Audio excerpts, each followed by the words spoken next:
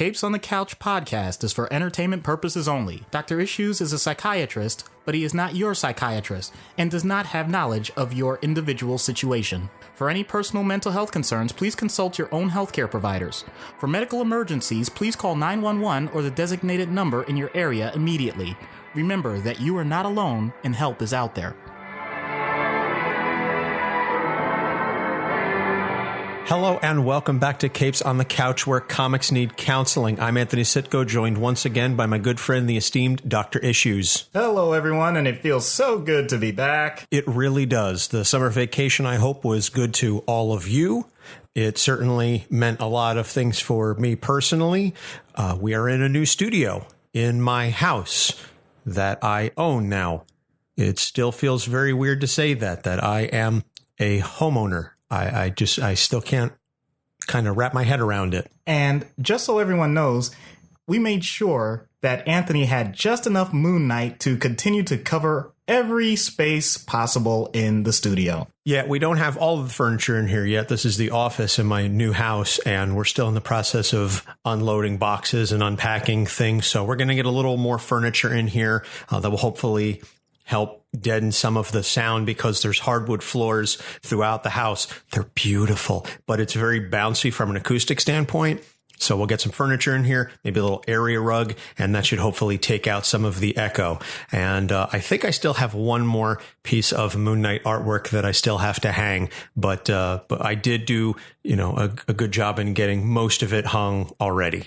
Yep, we know your motto is you can never get enough Moon Knight. Nope, absolutely not. Unless you're a regular human being. Or unless he's being written by Max Bemis.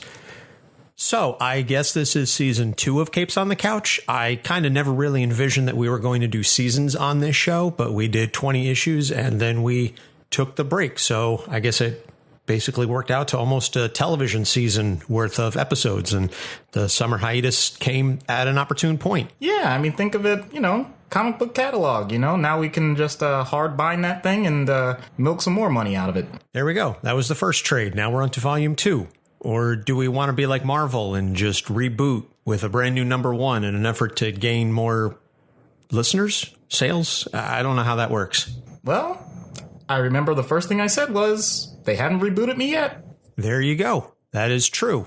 And you can check out all of our old episodes on our website, capesonthecouch.live. As always, we are distributed through the Libsyn Network, and you can find our shows on iTunes, Google Play, Stitcher, TuneIn, YouTube, and the iHeartRadio Network. So this is overall issue 21, the first issue of season 2, as it were.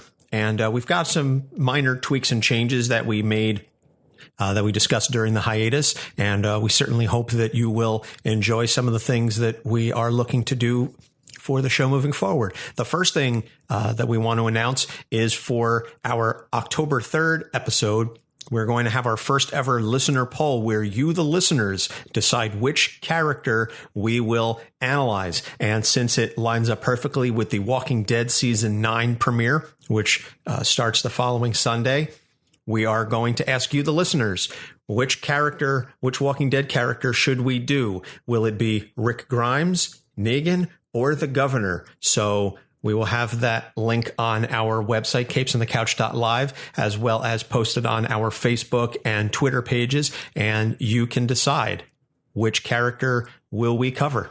I like to rephrase it. It's, why would you choose someone other than Negan? I don't know. I just feel like Comics Rick, to me, is a very compelling character, and I just feel that he's more interesting, certainly more interesting, I think, than the TV counterpart. I stopped watching after season 1, but I just feel like Comics Rick has a little more nuance, and there's a stronger progression in his character arc, and I feel that he goes through a better ringer. Not to say the TV Rick hasn't gone through the ringer, at least from the recaps that I've read, but Comics Rick, to me, just seems to have better overall motivation, just seems to be a better character overall than TV Rick. So if it were me, I would pick Comics Rick, but I'm not trying to influence the vote. I'm not Russian. Yeah, that's right. I went there. That's fine. That's fine. I'm not trying to influence the vote either, but I would point out since I'm a rational human being, I love the idea of a vote. But because I also say I want to do Negan, I want to rip your throat out. So, I think we can come to some sort of compromise and say we will honor the poll itself. Don't worry, people. We're not trying to really skew anything. Seriously, I love all these characters. I love the Walking Dead comic way more than the TV show. Oh, my goodness. I don't know what kind of feedback we're going to get about that. But in any case, it's interesting. We're doing all this intro for down the road. People don't even know what we're doing right now. Right. So this week's episode is Typhoid Mary, since Alice Eve is going to be portraying the character in Iron Fist Season 2, which comes out this Friday. We thought it was a good opportunity to take a look at the character, even though she's not really known as an Iron Fist protagonist. I'm curious to see why they selected her for the show, but we'll get into that when we talk about the character proper. But just to give you a little heads up about what we have coming up. So this week is Typhoid Mary. Next week is Spawn, which is selected by Brian, one of our president level patrons. And you can subscribe to our Patreon page at patreon.com/capes on the couch. You can pledge at the $1, $3, $5, and $10 levels. $1 gets you a shout out. $3 gets you early access to the downloads, as well as you can download a monthly blooper reel. $5 gets you access to a longer uncensored version of the episode, including a uncut version of the skit that we do every week, as well as any questions that you have about the characters. We guarantee we will answer. And if you are a $10 level patron like Brian or our friend Matt, you can pick one character a month for us to do, and we will answer any questions that you have about that character. So we have one more president level patron slot available. So moving forward, another thing that we want to announce for season 2, quote unquote, is if we reach $50 a month in our patrons, we will begin live streaming our episodes. We will open it up and we'll let you know in advance when we're going to be broadcasting and recording our episodes. And so you can get a little in-depth look at what it is like to write and record one of these episodes. And you can see all of the stuff that goes into it, and you can see bloopers because God, there's so many bloopers. And as well as we'll have a forum, like a little chat room that you can talk to us while we're recording the episodes, and you can ask us questions like, why is your shirt so ugly? Or Anthony, why do you have so many Moon Knight pictures on your wall? Anything that you can think of. Why are you so good looking? I mean, hey, they know what we sound like, but they don't know what we look like. That's true. That's true. Also, if anybody has, random mental health questions, sociology even, we're very well-rounded human beings. I'm a little more well-rounded than I'd like to be right now. I'm trying to lose some of that well-roundedness. Womp, womp, womp. But what I mean by that is I'd actually classify Anthony as a polymath, even if he doesn't think of himself that way. So, feel free. Especially during a stream, anything that comes to mind, we'll try and answer for you. So the live streaming will be unlocked at the $50 level. And again, you can go to our website, patreon.com/capes on the couch, and you can sign up there. And we'll maybe post the videos of the live streams on YouTube afterwards, depending on, if they're safe for work or not. Or maybe we'll just say screw it and we'll share them anyway. In addition to the live streaming, this is not a Patreon thing, but we're going to have weekly write-ups. Doc is going to do a little piece on each character that we do every week. Maybe professional, maybe not, may just be thoughts on the character, some things that we didn't touch on during the episode or discussions that we didn't get a chance to have. And so that's mostly going to be Doc. I will contribute if it's a character that I feel like I have something to say. So that's going to be something you'll see, and that will be posted on our website, but we'll also share it through the Facebook and Twitter pages. The last thing I want to discuss before we get into Typhoid Mary, and I know we've dragged this out long enough, and I do apologize for that, but one last thing, it's very important that I bring this up. There is a charity that I've been involved with for about 8 years now, and it's called Extra Life, and it raises money for Children's Miracle Network and their affiliated hospitals through video games. And the way that I see it is if I can play video games for something other than just getting achievements or a high score, that's going to make me feel better about myself. And so it's been going on for, I think this is its 10th year. It's my 8th year being involved. And my fundraising goal is $5,000. But before I get 5,000, I have to reach 1,000. So my goal for the month of September is to raise $1,000. And my incentive to you, the listeners, to donate to me is if I raise that $1,000 in the month of September, I will shave my head.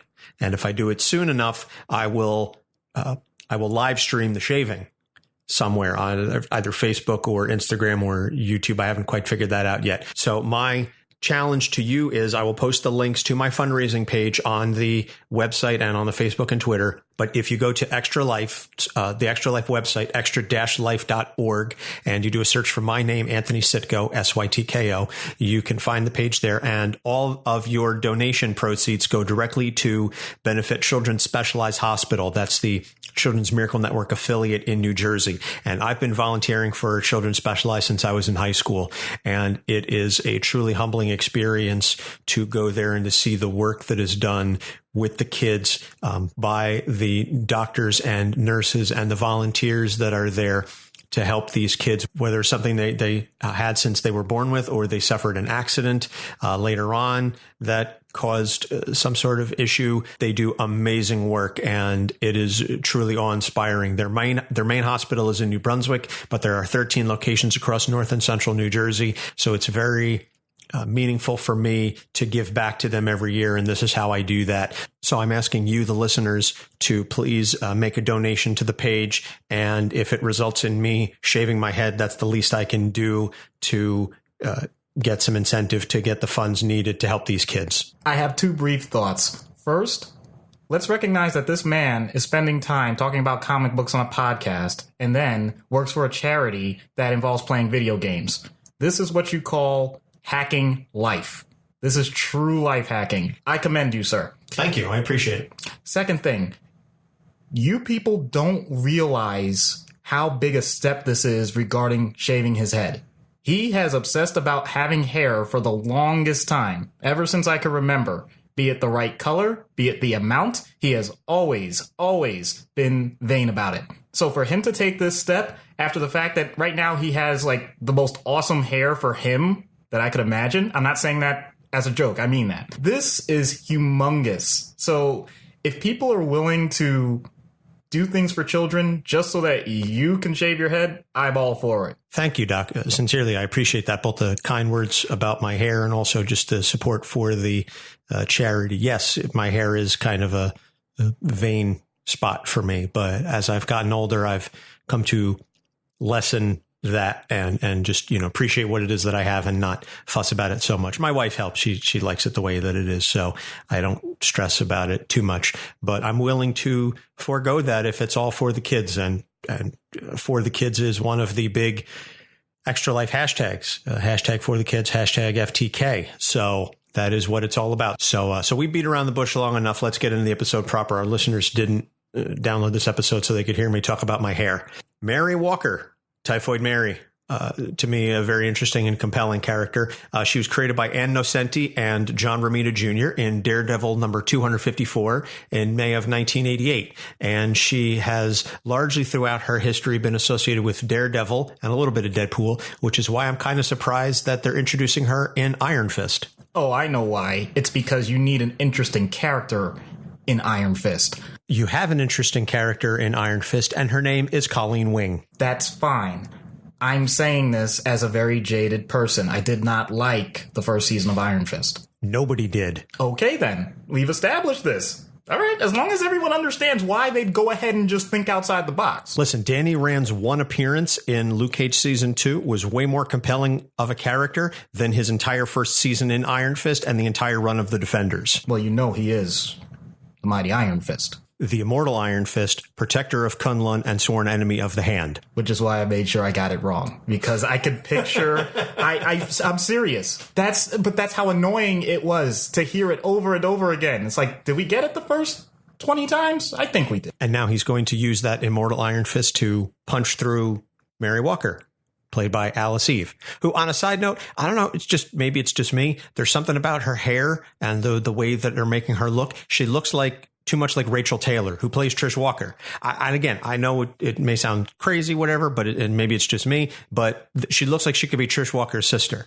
On a side note, though, I hope they do something with Alice Eve's heterochromia, because I think that would be really awesome, because Alice Eve has natural heterochromia. That's a good point. If they're smart, they'll play into that. Heterochromia, by the way, is having two separate eye colors. Yep. And so I think they'll play into that with the character of Typhoid Mary. So Typhoid Mary, Mary Walker, has multiple personalities. What? This again? That's it. I'm out of here.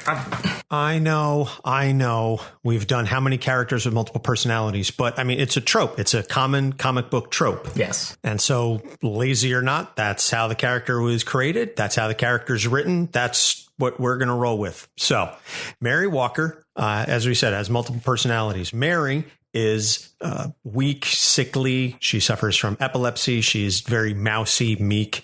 Typhoid is impulsive. She's lustful. Dare I say, hypersexual. Typhoid also has some abilities. She has some low-level telekinesis, and she has some psionic abilities. She can influence you, manipulate your thoughts and your actions to her ends. She usually uses this to seduce and manipulate men. So she gets hired by the Kingpin for her dual abilities, because Kingpin at this point knows that Daredevil is Matt Murdock. He knows who he is. And if I'm not mistaken, this follows the Born Again Man Without Fear, in which Daredevil brought down Wilson Fisk. So he's returned. He's had his revenge, and now Fisk wants to break Daredevil down once again. So he hires Mary for her dual abilities. He wants Mary to seduce Matt Murdock, and he wants Typhoid to battle Daredevil, but not kill him. She's not supposed to kill him. She's just supposed to, leave him within an inch of his life and utterly break him down. So Typhoid also kind of seduces Kingpin. It's not really clear exactly how much of it is her influence and exactly to what extent they have a relationship. But the thing is that Typhoid can't really control Kingpin all that well, because he beats her, slaps her repeatedly. It's kind of like BDSM. It's BDSM like 50 Shades of Grey is BDSM. Like, it's not really representative of a true dom-sub relationship. I have friends that live the dom-sub lifestyle, and they are not fond of the 50 Shades of Grey book or movie. Did you hear that? I think that was about 80% of our female audience just turning off the podcast. Thanks a lot. I'm sorry. Listen, it is what it is. So Mary works on Matt because that's her job. So Matt, by the way, is living with Karen Page at this point. So Mary is trying to get in with Matt. So she uses this blind kid named Tyrone that Matt is helping to defend. That's her in. She's working over Matt because Catholic guilt like a mother. That's who Matt Murdock is. So he feels guilty. He knows it's wrong to fall in love with Mary, but he sort of, falls for her anyway.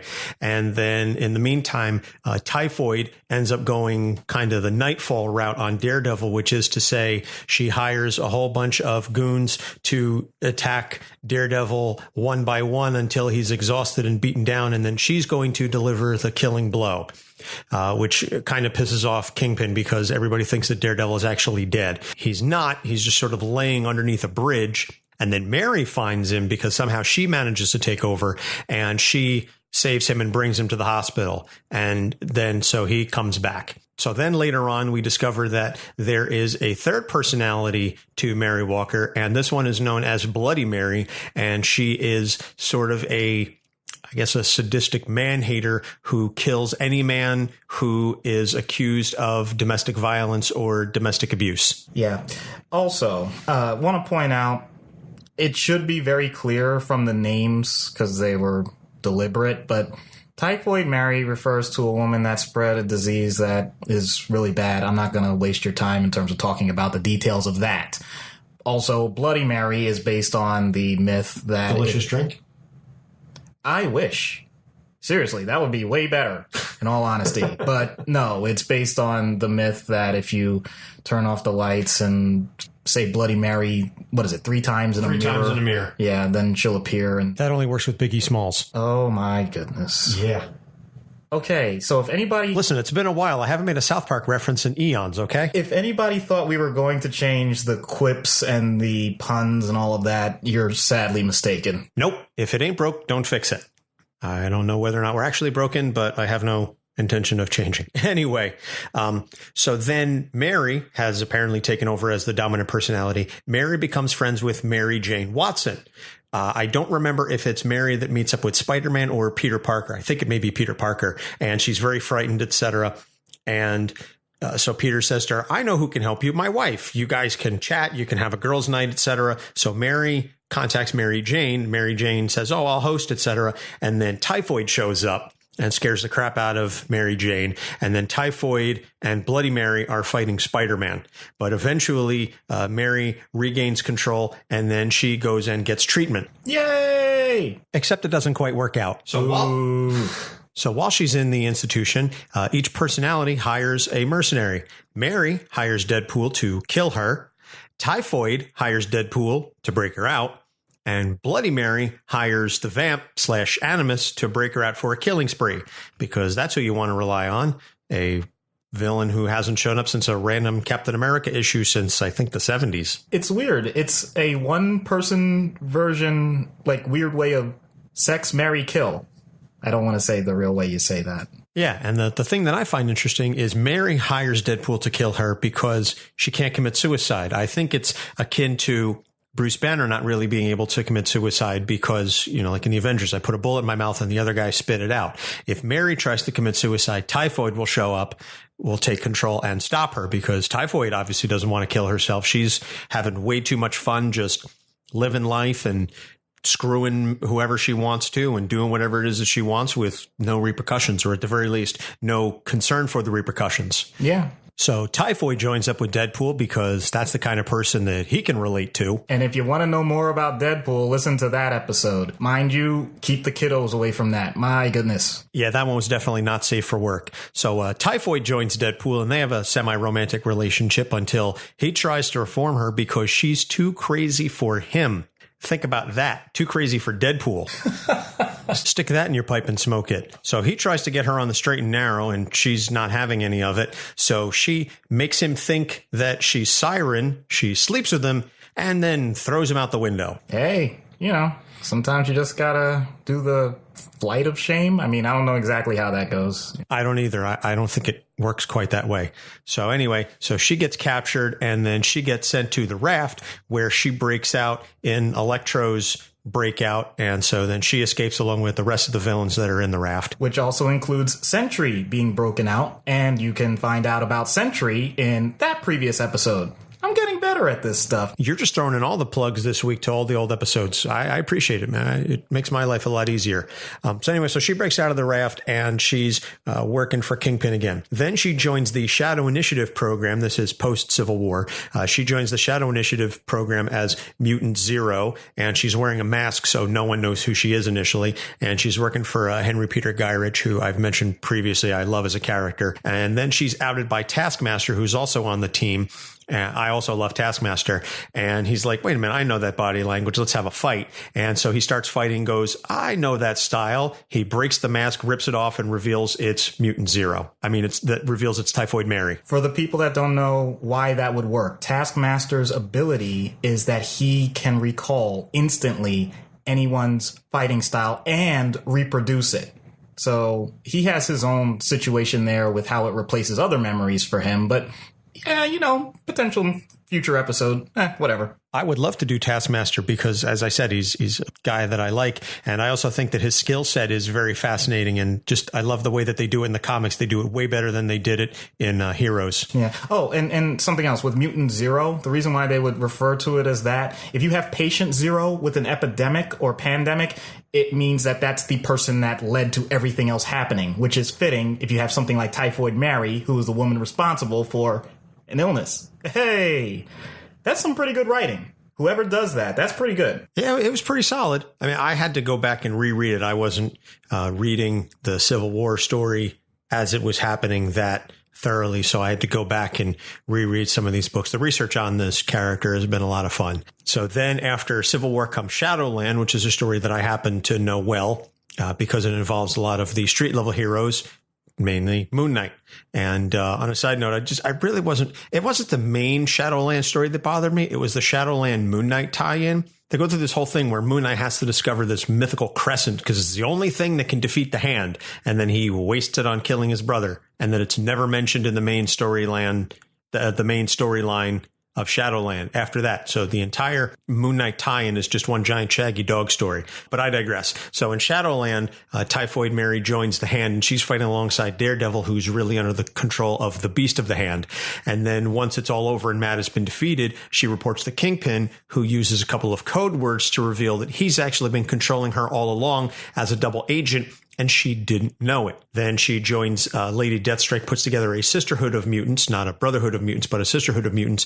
And she joins up with Enchantress to take down the X-Men, but then she gets defeated by Psylocke. Wait, Psylocke, isn't that the one that has the psychic abilities because she took over another Enough with the multiple personalities. Well, it's funny because like just this past week or 2 weeks ago, whatever, they put Psylocke back in her original Caucasian body. And that was a whole big thing because, you know, back however many years ago, she took over the body of, I think Kwannon was the Japanese woman that Betsy Braddock, her spirit, mind, whatever was within the body of a Japanese woman.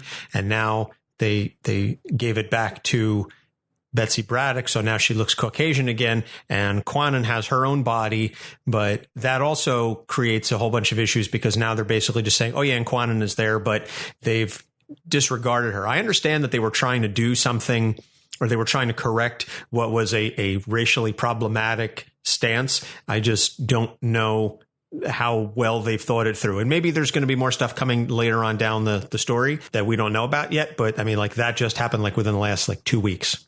And then maybe at a future episode, we can discuss Psylocke, Betsy Braddock, and the focused totality of her psychic abilities, or whatever phrase it was that Claremont had to use like once an episode or once an issue. I apologize ahead of time, people. I may be under the influence of an adult beverage that day. Okay. Ooh. What, you don't have a thing for purple thong-clad ninjas? You know, that's going to end up a soundbite on YouTube if anyone wants to isolate that particular statement.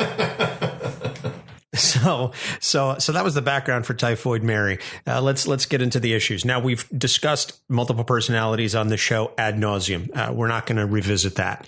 Let's instead focus on the issues of each individual personality. Let's do that. Yes. So Mary is weak and she's sickly. It's referenced at one point that she often suffers from epileptic seizures. But the thing is that she gets healed and she's not sick when Typhoid takes over. And then Mary ends up guilt-ridden and occasionally suicidal because depending on the run, she's aware or not aware of what it is that Typhoid does. But I find it interesting that she gets healed when Typhoid takes over. So, Doc, if you want to talk about that from a psychological as well as a physiological standpoint. Okay. So there's something called the sick roll. And what that refers to is regardless of if a person is physically ill or not, they're able to take advantage of the fact that they're sick. What on earth could that possibly mean? In this case, it's referring to the fact that what do you do when someone is sick? You take care of them. What does the care look like? It looks like attention. It looks like basic needs being met without any extra effort. It looks like people are able to establish relationships without extra energy on the part of the person that's receiving the care. All of those things can be quite charming, quite pleasing to the person that's getting them. And they can be manipulated by the person giving them, which leads to Munchausen's by proxy. But that's a whole other thing. We could go off on that. You're absolutely right. In this case, though, she really does have physical illness. So there's a balancing act there. Yes, you want to make sure that the person gets better, but you also don't want to get to the point where you are making the person a complete invalid when they don't have to be. And this may do with her previous experiences in life. I believe you mentioned how Deadpool was thrown out of a window. Mary was thrown out of a window. That is in one of the stories. I don't remember which one. Right. That's actually referenced, I think, the first time she met Daredevil. I believe she was in a brothel. Right. Right. And he went in to try and rescue the women in the brothel, and there was brouhaha, and that's when Mary ended up out of the window. And that's where I apologize. I forgot to mention that during the background. That's when Typhoid shows up for the first time. That's when her powers appear and manifest for the first time, is that incident. And that's when she becomes, quote unquote, Typhoid. That was in I believe the Daredevil Deadpool annual. I want to say like 97, 98, somewhere around there. Right. So what that means is at some point I had something inflicted upon me, and either because of circumstance or because of choice, unfortunately, some people it is choice, nothing could be done about it. Or I didn't get the outcome I wanted. I did notice later on that, hey, people cared about me. So that's good. I'm purposely exaggerating the fact that, no, it's not good. But in the person's mind, they've created a benefit. And that's why they would go this route. So Mary sets that up perfectly, but you can't get progress that way in life. You're going to permanently be stuck if you're constantly in that sick role. By definition, you can't have goals and aspirations above and beyond someone just take care of me and do everything. And that's not usually how humans operate. Humans have other goals usually. So it becomes a very limited role. So you're going to need something or someone to step in at some point and say, do something else, do anything. And yes, they went down the multiple personalities route. In real life, you could say this would be a family member. This could be a mentor. This could be a teacher. This could be a coworker, whatever the case may be. Someone usually points out to the person what's going on, and it's up to them to say, oh, I don't know what you're talking about, or you know what? You're right. Why am I doing this? You know, you usually get confronted on it at some point. People don't usually go their entire lives this way. Yeah. And I want to say, maybe not in the reveling, but the enjoyment of someone taking care of you, I think is a human thing. I think the vast majority of us don't enjoy being sick, but I think it appeals to some base human nature that we don't mind if someone else is taking care of us. It's the abuse of that. It's the manipulation of that creates some problems. But just the notion of wanting to be taken care of, I think like all things, it's in moderation. It's fine. Anybody that's had kids has seen this happen time and time again. And you get to the point, I can tell you right now, my daughter, when she does that, we just brush it aside. And that also, though, instills a sense of discretion where we recognize, okay, is she faking this? Or, and I don't mean that consciously, although for little kids, a lot of times they will.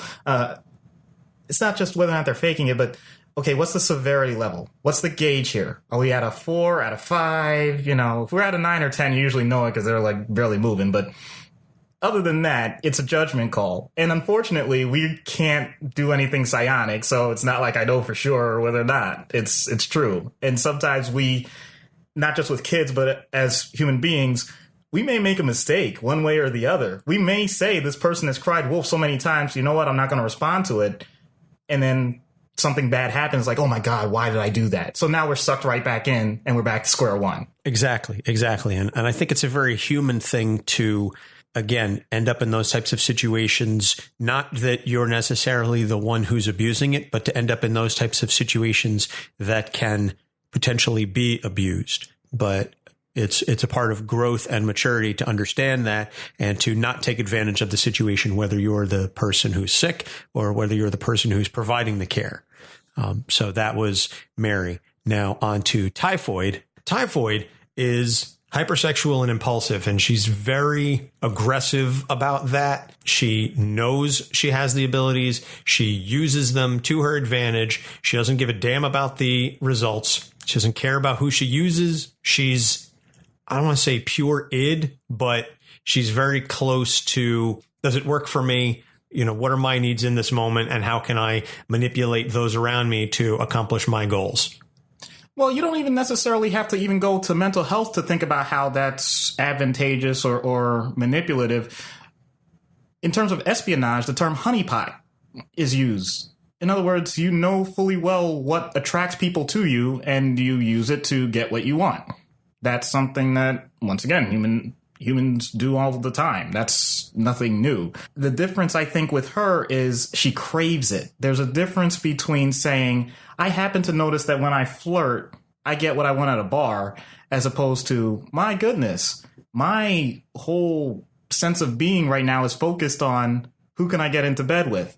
I'm not trying to make moral judgments about that. I'm just pointing out that when a person gets to that level, they start valuing things way different than the rest of society does. And that's when you start getting major conflicts with people. I'm not talking about shaming people because they want to have sex in life. I really want to make sure that there's a difference here. Because I know sometimes people get very defensive about these types of discussions. I'm not saying it's bad to have sex. I'm saying that if you are putting your physical drives and your physical motivations above all else and at the expense of other people at times, that can have negative consequences on society. I don't think there's anything controversial about that. I don't think so either. But, you know, given the dialogue and given the culture that we're in today, not necessarily in a bad way, but you just need to clarify those things. Now, it's funny, though, that you mentioned the honeypot and the seducing, because I want to bring it back to when she was initially hired by Wilson Fisk to manipulate Daredevil. When Mary is trying to seduce Matt Murdock, she portrays herself as someone working for the blind, that she's, I forget, I think there was something with the SPCA. No, I'm sorry. That's the SPCA is a Spawn thing. I've been reading back and forth for Typhoid and Spawn as well, and so I'm cheating for next week's episode. But so she references that she's from the blind and she's playing to Matt's strengths or weaknesses, as it were. And yet I find that that's a very Typhoid thing to do, but Mary is in control or what have you. So I think it's a scenario where Typhoid drew up the plan and then had Mary execute it. That's an interesting point. I hadn't considered that. Because I don't think that type of thing, that kind of mentality is the type of thing that Mary would have done. Mary is not a manipulative person, but Typhoid sure as hell is. I'm going to tweak that. Mary is not intentionally manipulative. That sick roll thing, that is a manipulation at times. Fair point. But it's not intentional. And once again, it's more to draw things for herself in the sense of take care of my basic needs. Whether or not you consider sexual gratification to be basic needs, I'm not going to get into that debate. But Typhoid has her own set of values. And she's, as you've already said, she's aggressive. She wants to take extra steps. If a person is not coming to her, she will go after them, and hard. She apparently has the ability to also psionically manipulate the situation. So it's not just a matter of, well, if you don't like me from the start, I'll make sure that you like me one way or another. Yeah. And again, we've seen her do that, you know, on a number of occasions. But therein lies the thing. When Mary's in control, Mary does not have psionic abilities. Mary does not have control of the psionic abilities or the telekinesis. So Mary was not responsible for seducing Matt Murdock with anything other than her own knowledge. Now, Typhoid had the ability to manipulate Daredevil. She could throw off his radar. She could mess with his ability to read where she was and what it was that she was doing. Mary didn't have access to that. Mary straight up took Matt Murdock away from Karen Page with nothing more than a sob story about the blind kid and playing to his soft spot, because Matt Murdock has a soft spot a mile wide. That's an excellent point. But again, I think the plan, at least from my perspective and my headcanon, so to speak, the plan was concocted by Typhoid and enacted by Mary. Excellent hypothesis. But that's just me. You know, that's fair. Feel free to @ me or, email us, capesonthecouch@gmail.com, or you can shoot us a Facebook message or a Twitter, either on the official account or my Anthony Sitko Twitter account. Let me know what your thoughts are on that. I'll also add, and I'll admit this isn't just specifically about Typhoid, this is a larger issue in general, but the characterization often indicates that it's usually men that are the targets of this, where men are so focused on the physical that the best way to manipulate them is through romanticizing things or sexualizing things. And that wasn't the way it really happened with Daredevil, with Matt Murdock. It was much more on the interpersonal and major motivational drives that he had at the time. I think that's a more unique characterization, because I think it's just become this common trope. Yeah. Just I'll go beyond trope. Men only think about one thing. Yeah. That basically, and it's the same thing when it comes to discussions about how women dress or how women should act or all the other parts of feminism that people think are so negative. Like, oh my goodness, you have to make sure you dress a certain way because otherwise men can't control themselves. Like, well, excuse me, I'll admit, I don't understand why that's a concern one way, but not the other way. I don't understand the lack of balance. I know it's because societally we've done it for centuries, but still, I find it strange. I'm saying this since I was a little kid. I always thought that was strange. Take responsibility, men, please. Okay, I'm sorry. Well, I think one of the things that helps is because it's written by a woman, and Nocenti is a woman, so she's going to not ostensibly take that tact and say, oh, well, just because she's a woman, she's going to use her body to seduce. Typhoid does, but Mary does not. Right. Now, again, with the Typhoid, just on the last thing, and I mentioned this earlier in the background, Typhoid tries to seduce Kingpin, and he doesn't go along with it. And he gives her a strong pimp hand repeatedly. I'm just using that because that's literally how it's drawn. He's backhanding her. And then she's like, I like it. Hit me again. Please hit me again. So she's got the whole masochistic, please beat me because that gets me off. But I find it interesting that she tries to seduce Kingpin like she does everyone else. And Kingpin does not go along with it, because if there's one thing you can say about Wilson Fisk, it's he's very strong-minded. Well, also, it goes back to motivation again. What's Kingpin's motivation? And we know it. It's power. That's it. He wants to be in control at all times. So the idea of anything sexual going on is true and accurate. But his point is it's going to be on his terms and his way. So after I just said all that, come on, men, take charge. Like, don't take that kind of charge, please. Oh my goodness. First you get the money, then you get to power. Once you get the motherfucking power, then mother will respect you. Wow. Money, power, respect is key to life. Money, power, respect got you eating right. Shout out to the Locks. Shout out to DMX. It's probably the first time someone shouted out the Locks in probably 15 years. Oh, wow. Man, if my tires are slashed by the time I get home, I'm blaming you. Have you seen the neighborhood I live in? No one's slashing your tires. If they see what I look like, maybe they will. Oh, so not touching that one with a 39.5-foot pole. Bloody Mary. Bloody Mary is Typhoid's worst qualities amped up to 11. She is sadistic. She is completely misandrous, and she has no qualms about taking out any men she feels are even remotely abusive. And it's just a straight up, you're not even worthy of justice. There's no arrest. There's no nothing. It's, I'm gonna kill you. And that's that. So I don't know how you want to address that. It's interesting that after I said everything and I did mean what I said about men needing to be able to handle themselves in certain situations. Men don't deserve to be just automatically killed. I'll start with that basic point. After that, it becomes more an issue of her sense of control. She wants any threat eliminated without thought. She loves the idea that other people are experiencing pain and suffering. That's the definition of sadism. If she wanted to dial that back for the sake of having other goals, she doesn't usually express it.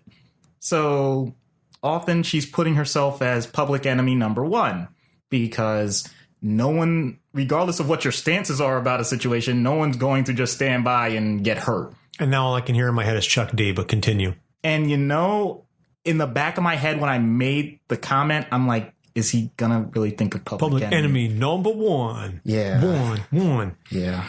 Okay. I was going to say Bloody Mary would have taken out Harvey Weinstein, Bill Cosby, Louis C.K. She probably would have killed Aziz Ansari. I mean, really, any number of abusers. Hey.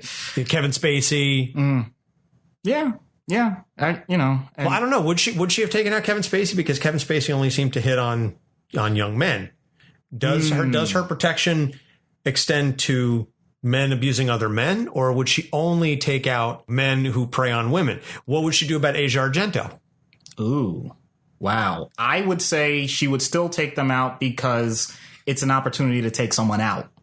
I think there are dual goals there. In other words, I think the idea of taking someone out, the violence, the murder, the all of the aspects of that go along with what she already wanted to do and her view of men, but it's an added opportunity, added excuse. That's the way I've read it.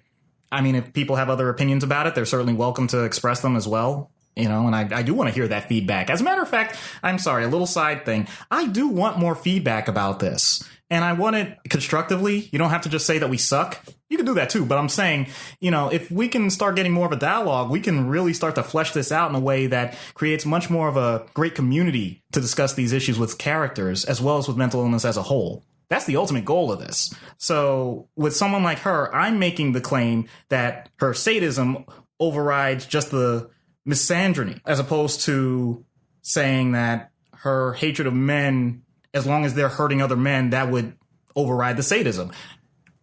Who knows which one is right? I'm just making my best educated guess. So with Bloody Mary around, there would be no need for a Me Too movement, because as soon as she finds out about it, she's going to take him out. And not that there's no need for a Me Too movement, but it would be a lot shorter because I'm sure the abusers would just die. She'd make sure that every bullet had #MeToo on it as it was going through their skulls. Yeah. That sounds fair. Yeah. So, way to be topical. So, treatment in universe, it's been tried. She was in the institution. She called upon mercenaries to break her out, kill her, what have you. I should just say this with anyone with psionic abilities. Why do people not use Magneto's helmet? Just start with that. Please protect yourself, And then I think we would have a greater ability.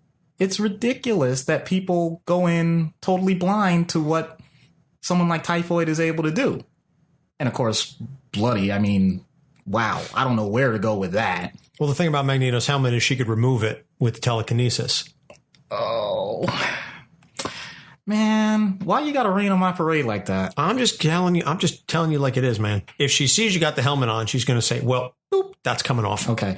But honestly, that wasn't even germane to my real treatment plan. And that goddamn Germans got nothing to do with it. Smokey and the Bandit, sorry. So, I would try and keep Mary, quote unquote, in charge as much as possible, because I think that would be the most productive route to go. Mary is the one that would be willing to listen to another person, let alone take any advice. She may not be able to implement it in a productive way immediately, because she usually focuses so much on all the problems that she already has, but at least I can have that conversation. I can't have that conversation with Typhoid, and I'm not even trying to have a conversation with Bloody for obvious reasons. Any hint that Bloody comes out, and I'm asking for any hero that can save me. That's really the way I would approach it. In other words, think of it as a traffic light, basically. Green light when Mary's available, because I can talk to her. Yellow light using serious caution when it's typhoid. Red light when it's bloody. Which kind of fits, I guess. Womp womp. So out of universe, we've discussed, let's focus on trying to treat Mary, because we've done the multiple personalities again ad infinitum. How would you deal with someone like a Mary who is the meek, mousy, and there's nothing wrong with being, shy and quiet, but when it becomes to the detriment of yourself as a person, that's when you incur problems. So how would you address Mary to give her a little more self-confidence so that she takes more control of her life and herself? You need to have that person find their voice, and that can be very difficult to do when the person thinks they don't have a voice to begin with. They're that either sullen or depressed.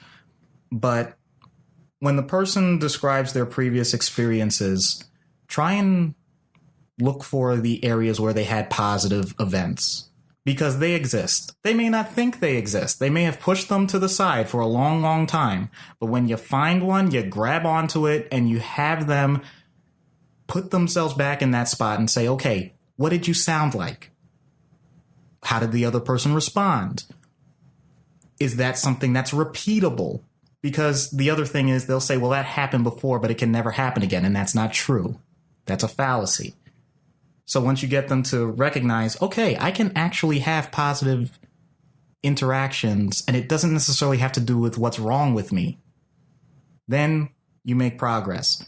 All the time, you have to do that while acknowledging that there is an illness.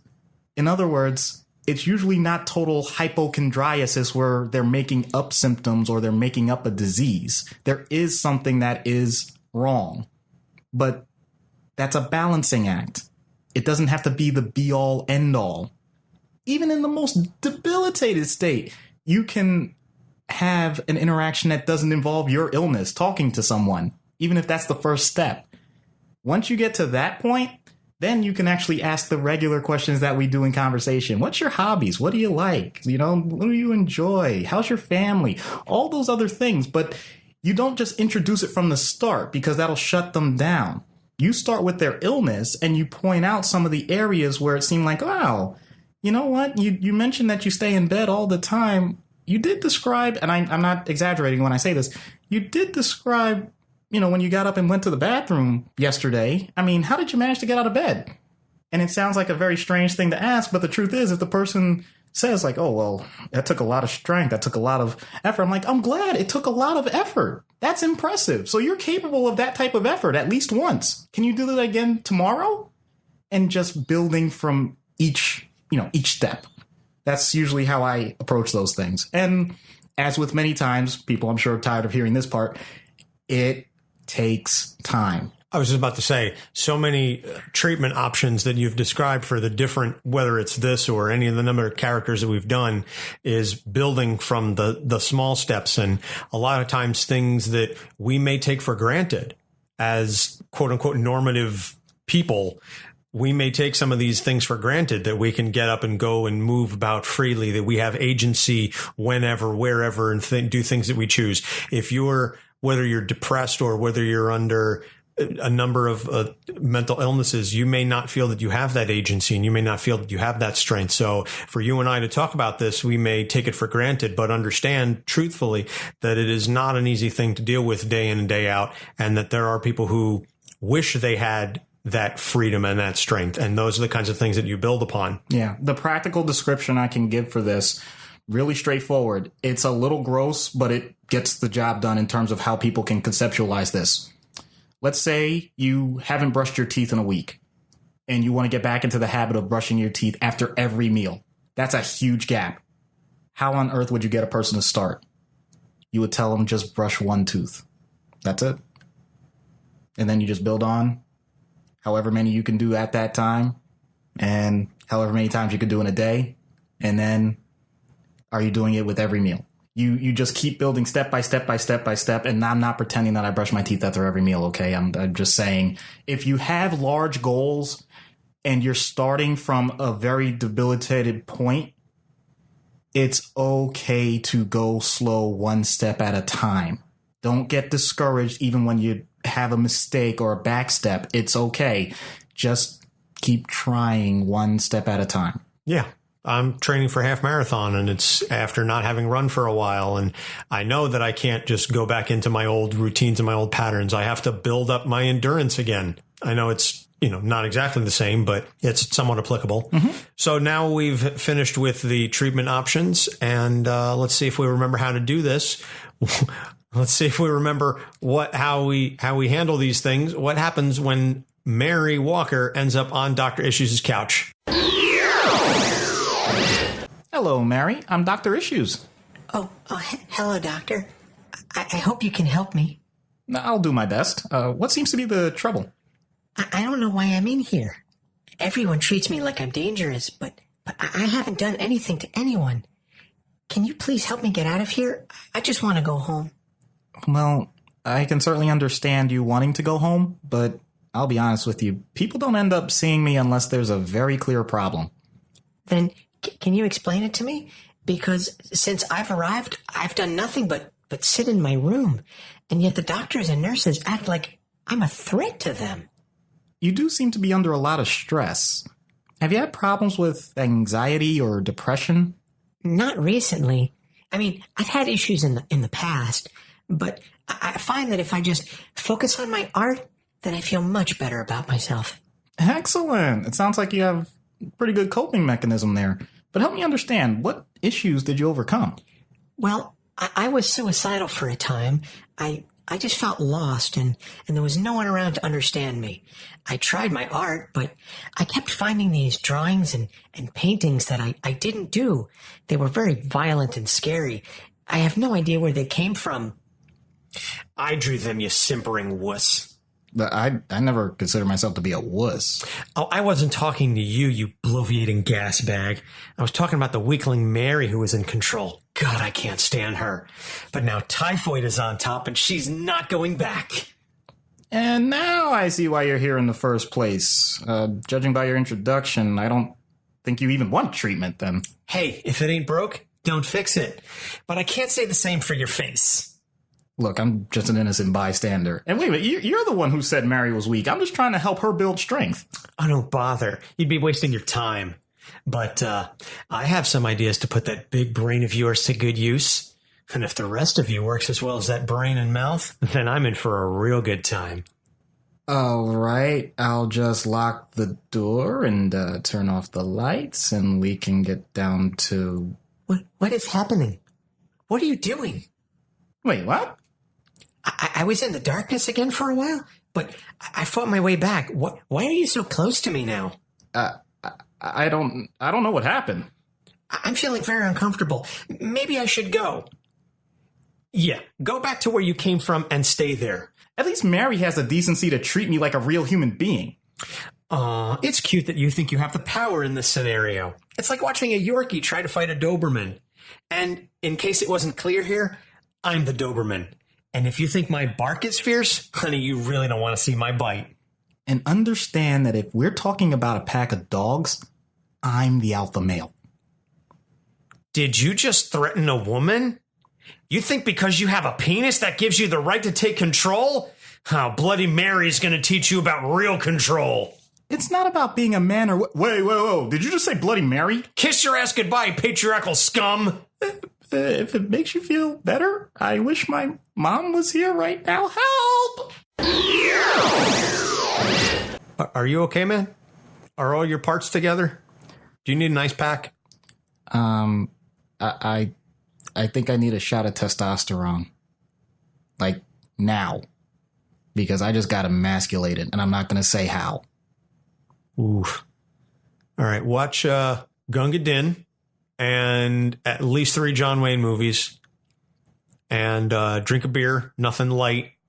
And none of those IPAs either. You know, something manly. And alcohol does not raise testosterone levels. That's a myth. Oh, okay then. I legitimately didn't know that. That's actually interesting to learn. Once again, if you happen to learn something, keep it to yourself, people.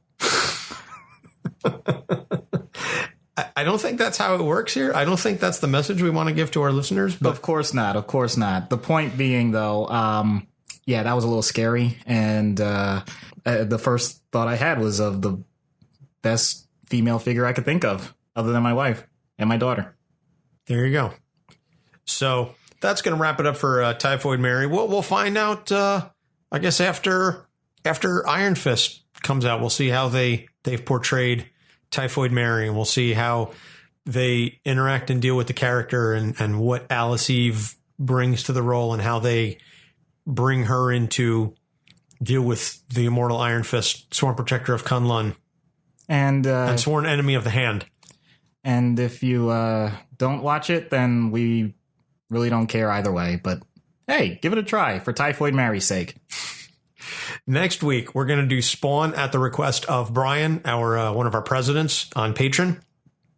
And then the following week, to tie in with The Gifted, returning for season 2 on Fox, we're going to do the Stepford Cuckoos. Then after that, we're going to do Ra's al Ghul. And then in the tie-in for The Walking Dead season 7, 8, 9, whatever it is, premiere, whatever it is, the week of that episode, October 3rd, that's where we're going to have the poll. We will keep the poll open until the Sunday before. And that's when we'll determine. So we'll close it on, I guess, the Saturday. And then, Saturday at midnight is when we'll close the poll. And that's when we will know which character we're going to do. Rick Grimes, Negan, or the governor. So get your votes in now. There'll be a Google form. It's going to be posted on our website, capesonthecouch.live, as well as our Facebook and Twitter accounts, and you can start voting. Also, go to extra-life.org and search for my name, Anthony Sitko, and please donate to my fundraiser page. If I raise $1,000 in the month of September, I will shave my head. And as of the recording, I'm already 10% there. So I just have $900 to go. So that's that.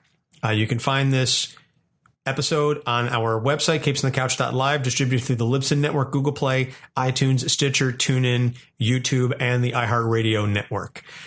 Doc, anything you want to add before we leave?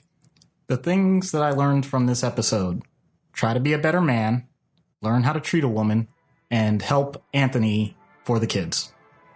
I like all of that. So for Doc Issues, I'm Anthony Sitko. Thank you so much for listening. We will see you next week. Capes on the Couch podcast is for entertainment purposes only. Dr. Issues is a psychiatrist, but he is not your psychiatrist and does not have knowledge of your individual situation. For any personal mental health concerns, please consult your own healthcare providers. For medical emergencies, please call 911 or the designated number in your area immediately. Remember that you are not alone and help is out there.